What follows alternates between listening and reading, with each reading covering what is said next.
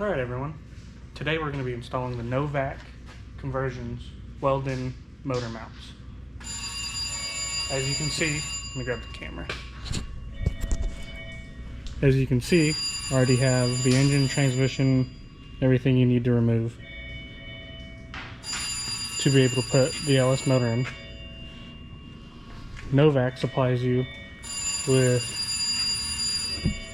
your mounts that weld into the frame and your mounts that bolt on the motor. They also supply you with a nice little instruction sheet on what to do. Pretty thorough. I'm going to attempt to just cut off right at the welds and just peel it off both sides. So once you get the frame horns cut off, I cut mine off and then grinded the welds, everything down smoothly on both sides. Okay, the instructions say on the passenger side, they want you to measure on the passenger side from that hole 1.5 inch. So I had already measured from here, and then right there is about 1.5 inches right there. Same thing on the passenger or on the driver's side. You measure 1.5 inch going towards the front of the vehicle.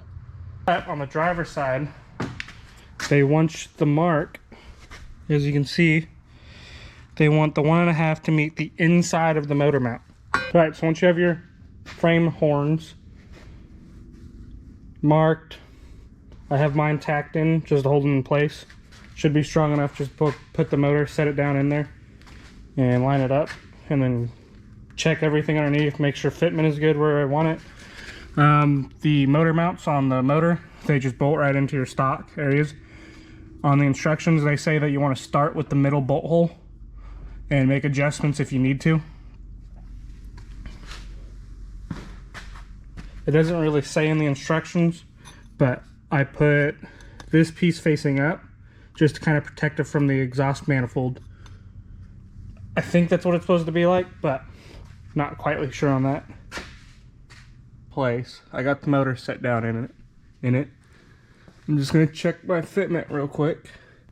I have an empty transmission. It's just a case. There's nothing inside of it. I was checking the transmission mount that mounts on the cross member. This is kind of my dilemma. If I move it forward some, I'll be hitting right here up against the steering gear with power steering pump. I know if I move it forward to the back bolt hole on the bracket, it still won't be enough. So what I'm going to attempt to do is I'm going to put the T-case on it. I'm going to turn this bracket around and see what that looks like. And I might just weld up a bracket, just make my own bracket and weld it up to receive it off of the cross member. Alright, so I have the engine pulled back out. I got the mounts welded on. Now I'm going to set the motor back in and bolt everything down. Alright, so once you get the motor mounts welded in and the motor set in place, it can be pretty difficult. What I ended up having to do was I loosened up the 4 15 millimeters on both sides. Didn't take them all the way out, just loosen them up. Then I used a screw jack. If you're doing this at home with no lift, you could just use a floor jack, and I just kind of put it right at the edge of the oil pan just to lift it up, so that way I can get enough room to get to certain places to line up the holes with the bushings.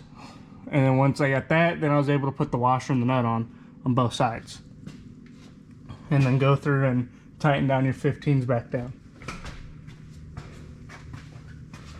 So same thing over here, loosened up those 15s, had to wiggle it, move it around, and then lowered it back down. That's what I did with the mount for now. I'm going to weld up some triangle pieces that go right here. So this is how it looks, guys.